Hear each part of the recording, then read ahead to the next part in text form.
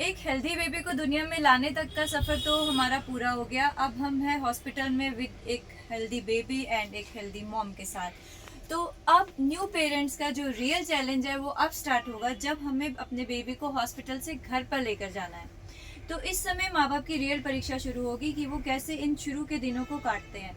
तो आज की वीडियो में मैं आपको ये बताना चाहूँगी कि क्या क्या ऐसे प्रोडक्ट्स हैं जिनकी मदद से आप अपने वो स्टार्टिंग के डेज जिनके अंदर सबसे ज़्यादा स्ट्रगल चलता है उसको आसानी से कवर कर सकते हैं। तो आप जानिए कि जब हम बेबी को घर पर लेके जाएंगे तो सबसे पहले हमें उसको सुलाने के लिए इस तरह का कोई क्रैडल, बेसिकली बच्चे का पालना, इस तरह का ये जो मैं आपको एक पालना दिखा रही हूँ ये इंडियन मेड पालना है। इसके अंदर पूरा ऊपर से मॉस्किटो नेट कवर करता है, इसके नीचे छोटे छोटे व्हील्स हैं और आप इसमें बेबी को अपनी अलग से बेडिंग डालकर ऐसे ऐसे झुला सकते हैं।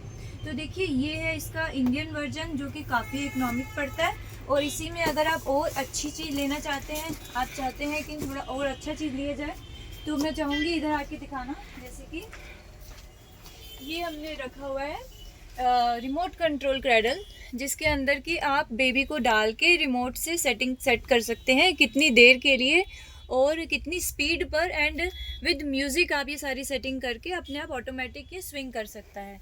तो आप इस तरह के बेबी को सेपरेटली सुलाने के लिए पालने क्रैडल या बेसिनेट्स ले सकते हैं। इसके अलावा अगर आपके पास स्पेस कांस्टेंट है, इतनी जगह नहीं है इन क्रैडल्स को रखने के लिए, तो आपके पास एक ऑप्शन है इस तरह का। ये देखिएगा, जैसे कि ये जो आप सामने देख रहे हैं इसको newborn to toddler baby rocker कहते हैं। ये रॉकर और एक देखिए उस तरह का वो जो आपको ग्रीन कलर का दिखाई दे रहा है वो है बाउंसर। तो बेसिकली बाउंसर और रॉकर बेबी की एक चेयर्स टाइप की चीज़ें होती हैं जिनमें बच्चा अपने डे टाइम में लेटा सकते हो, थोड़ा सा उसके हेड को ऊपर रख के। इसमें क्या है कि बच्चा बहुत कंफर्टेबल फील करता है, हल्का हल्का ये स्विंग करते हैं। और इसमें क्या है कि बच्चे को हर समय लेटने वाली पोजीशन में ना रख के थोड़ा ऊपर रख के, ताकि उसको बर्प वगैरह आते रहे, बहुत अच्छा रहता है। और मतलब इसके ऊपर अगर आप और डिटेल में जानना चाहते हैं तो हमने एक वीडियो बना रखा है जिसमें हमने बाउंसर एंड रॉकर का डिफरेंस बताया है, तो आप प्लीज़ उसको चेक करिएगा। तो अभी मैं आपको बताऊंगी आप क्या क्या चीज़ें अपने घर में आने के बाद यूज़ करेंगे।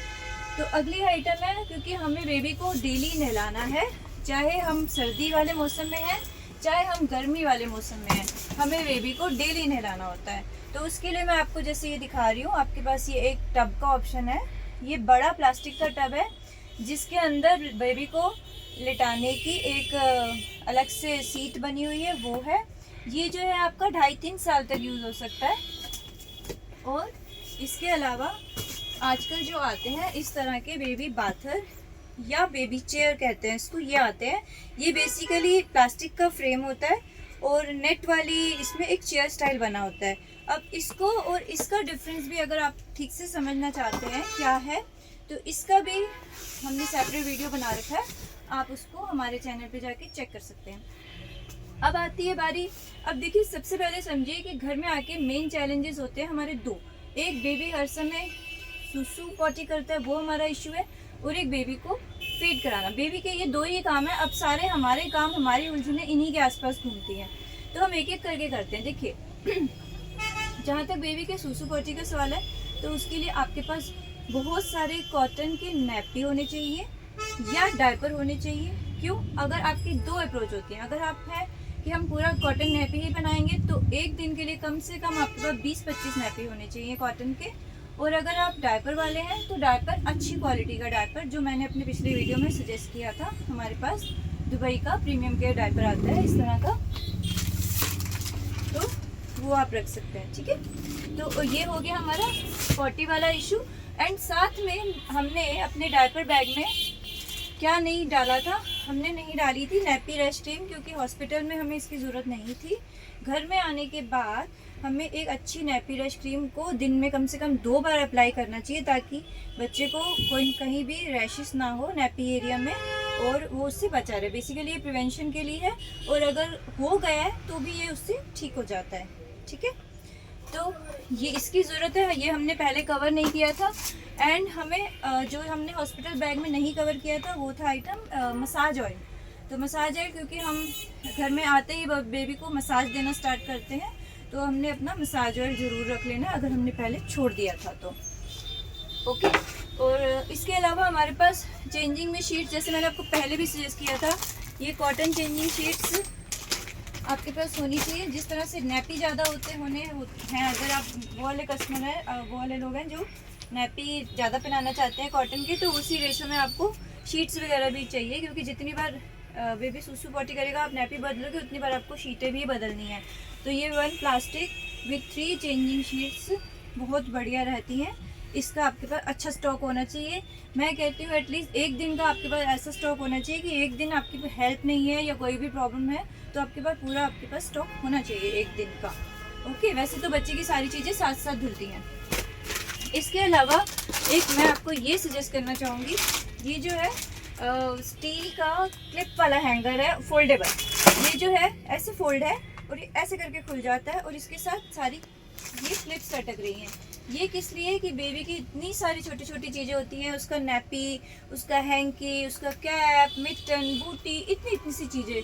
तो ये क्या है, आपने सारी इसके अंदर क्लिप करी, एक साथ बाहर लटकी हैं, एक साथ आप घर में उतार के ले आए उसको, तो क्या है कि इधर उधर उड़ेगी नहीं, ख़राब नहीं होंगे एंड ईजिली आप इसको डाल सकते हैं, ईजिली आप इसको लेके आ सकते हैं वापस। तो ये हो गया। चलिए अब हम आते हैं मदर वाले पार्ट पे, जिसमें कि अब हमें फीडिंग वाला पार्ट कवर करते हैं। तो क्या है, बेबी को फीड चाहिए। अब बेबी को फीड चाहिए और मदर को चाहिए फीड कराते समय कंफर्ट। तो मदर क्या यूज़ कर सकती है, ये देखिए इस तरह के फीडिंग पिलोज आते हैं। एक ये जो पिलो हम देख रहे हैं, ये जो है ये होता है विद बैक सपोर्ट। इसमें जो ये देख रहे हैं ये मदर्स को बैक में सपोर्ट करता है। इस तरीके से इसको लगाया जाता है।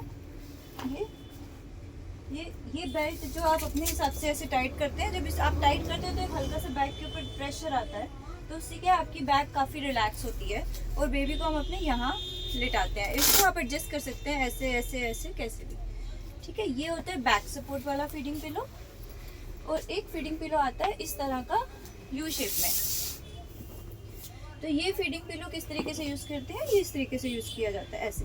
इसमें क्या है, बेबी की हम आराम से पोजीशन बना लेते हैं, उसका हेड कितना ऊपर, बम्स कितना नीचे, और आपको कोई ज़्यादा एफर्ट नहीं करने पड़ते हैं। और ये क्या है पिलो की विद वॉशेबल कवर के साथ आता है। आप इसको आप निकालिए एंड वॉश कर सकते हैं। और क्या है कि ये बाद में जब फीडिंग वाला काम, ये वाला पार्ट ख़त्म हो जाता है, तो बाद में हम यहाँ सेंटर में बेबी को बिठा के उसको 3-4 मंथ्स में थोड़ा सपोर्ट के साथ बिठाना भी सिखा सकते हैं। तो ये हो गया आपका फीडिंग पिलो जो आपको बहुत मदद कर सकता है।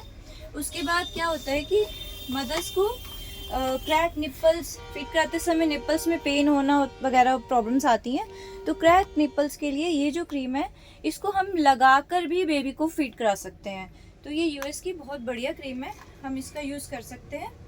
और इसके अलावा जो हमें चाहिए रहता है वो होता है, जैसे कि स्टार्टिंग में जब मदर फीड कराती है तो मिल्क कभी बहुत ज़्यादा भी होता है और वो लीक करने के आसार हो जाते हैं। तो ऐसे में क्या होता है कि हम अपने डिस्पोजेबल पैड्स यूज़ करते हैं। तो इस तरह के डिस्पोजेबल पैड्स आप यूज़ कर सकते हैं, ये रखिएगा। और इसके अलावा क्या है, जैसे कि आप अपनी रिक्वायरमेंट के हिसाब से ब्रेस्ट पम्प का यूज़ कर सकते हैं। ब्रेस्ट पम्प आप किसी भी ब्रांड का ले सकते हैं। आप इसमें 2 तरह के होते हैं, इलेक्ट्रिक और मैनुअल। तो आप मैनुअल लेते हैं जिसमें आपको लगता है कि आप आराम से कभी कभार यूज़ के हिसाब से यूज़ कर सकते हैं, और इलेक्ट्रिक आप लेते हैं अगर आपको थोड़ा टाइम ज़्यादा बचाना है, इसमें जल्दी काम हो जाता है। तो आपकी चॉइस है, आप जो से चाहे ले सकते हैं। लेकिन ये वो चीज़ है जो आप यूज़ कर सकते हैं। लाइक कभी आपके पास मिल्क ज़्यादा है तो आप अपने एक्सप्रेस करके इसको स्टोर कर सकते हैं, और फिर आप रेस्ट कर रहे हैं तो पीछे से कोई बेबी को फीड करा सकता है, आपको कहीं जाना पड़ जाता है। तो बेसिकली ये अच्छी प्रैक्टिस है, अगर आप इसकी स्टार्टिंग से आदत डालते हैं तो काफ़ी फ़ायदा हो सकता है इससे। तो एक हो गया आपका पंप। फिर क्या आता है कि बेबी को डिलीवर करने के बाद क्या होता है, एब्डोमिनल्स की सारी मसल्स काफ़ी ज़्यादा लूज़ हो जाती हैं। तो उसके लिए क्या होता है, उसको वापस से रीशेप करने के लिए इस तरह की मदर्स के लिए बेल्ट्स आती हैं जो कि टमी को ऐसे सपोर्ट करती हैं। तो ये बेल्ट्स नॉर्मल डिलीवरी में तो हम एकदम यूज़ कर सकते हैं, और सिजेरियन में 1 मंथ के बाद हम इसको यूज़ कर सकते हैं। तो ये आप साइज़ के हिसाब से भी ले सकते हैं। ये एडजस्टेबल होती हैं, ऐसे ऐसे ऐसे ऐसे ऊपर नीचे ओवरलैप करके एडजस्ट होती हैं। तो ये ज़रूर यूज़ करिएगा, क्योंकि बाद में बहुत फील होता है कि टमी ऐसे लटकती हुई सी महसूस होती है। तो स्टार्टिंग में ही वापस से रीशेपिंग काफ़ी ज़्यादा आसान हो जाती है। उसके अलावा क्या है कि अगर आपने बेबी को बॉटल फीड कराया है, करा रहे हैं, कराना चाहते हैं, वटेवर, तो आपको वो जो अपना होता है पतीले से उबालने वाला कॉन्सेप्ट के अलावा अगर आप अपनी लाइफ में थोड़ा कंफर्ट चाहते हैं और थोड़ा अच्छा तरीका अपनाना चाहते हैं तो आप स्टेरलाइज़र का यूज़ करिए, क्योंकि ये इलेक्ट्रिक ऑटोमेटिक स्टेरलाइजर्स होते हैं। इसके प्लस पॉइंट ये होते हैं कि इनके अंदर आपको आपकी बॉटल्स की जो क्वालिटी है उसका मटेरियल ख़राब नहीं होता है, इसमें भूल के आप बॉटल्स को जलाते नहीं हैं, अच्छी लाइफ चलती है। एंड ये 100% अगर इसका एक बार साइकिल पूरा हुआ है तो ये बॉटल्स को जर्म्स फ्री करेगा, ये श्योर होता है अगर आपने उसको क्लीन करके रखा है। जबकि जो हमारा मैनुअल वाला पतीला है, बॉयल करने वाला सिस्टम है, उसमें आपकी आंच कितनी रखी थी, कम रखी थी, ज़्यादा रखी थी, कितनी देर रखा था, फिर पानी कम हो गया, वो पतीले के साथ चिपक गई, बॉटल्स ख़राब हो गई, प्लास्टिक को आप उबाल रहे हैं, तो उसको सोच लीजिएगा, उसके हिसाब से फिर आप अपना ये स्टेरलाइज़र, अगर आप बॉटल्स की तरफ हैं तो आप ये स्टेरलाइज़र स्टार्टिंग से ही ले लेंगे तो इसे बहुत अच्छा लंबे टाइम तक यूज़ कर सकते हैं। इसके अलावा एक छोटी सी चीज़ लेकिन बहुत काम की चीज़ वो है, जैसे कि क्या होता है कि आमतौर पे बच्चे का फर्स्ट वैक्सीनेशन ही 6 डे ड्यू हो जाता है, तभी आपको अपना बैग बना के हॉस्पिटल जाना पड़ता है एंड वैक्सीनेशन कराना होता है। अब बच्चे ने कर दिया सुसु 40 समथिंग, अब आ गया हाथ में उसके डायपर, या आप कहीं ट्रैवल कर रहे हैं, कार में आ गए, तो अब इस डायपर को कैसे फेंका जाए। एक बहुत छोटी सी चीज़ है लेकिन बहुत काम की है। तो ये जो बैग्स हैं ये डायपर को डिस्पोज ऑफ करने के बैग्स हैं। जैसे इसके अंदर 150 फ्रेगनेंस नैपी बैग्स हैं, जस्ट एक प्लास्टिक की पन्नी टाइप की होती है, उसमें अपने यूज डायपर को डाला एंड इसको फेंकने के लिए रख दिया, क्योंकि इस तरीके से ना डायपर फेंका जाता है ना कुछ। तो ये छोटी छोटी चीज़ों को अगर आप यूज़ करते हैं तो ये स्टार्टिंग का पीरियड आपका अच्छा कट सकता है। तो बताइएगा, अगर कोई भी इंक्वायरी वगैरह होती है हम ज़रूर बताएंगे। Thank you.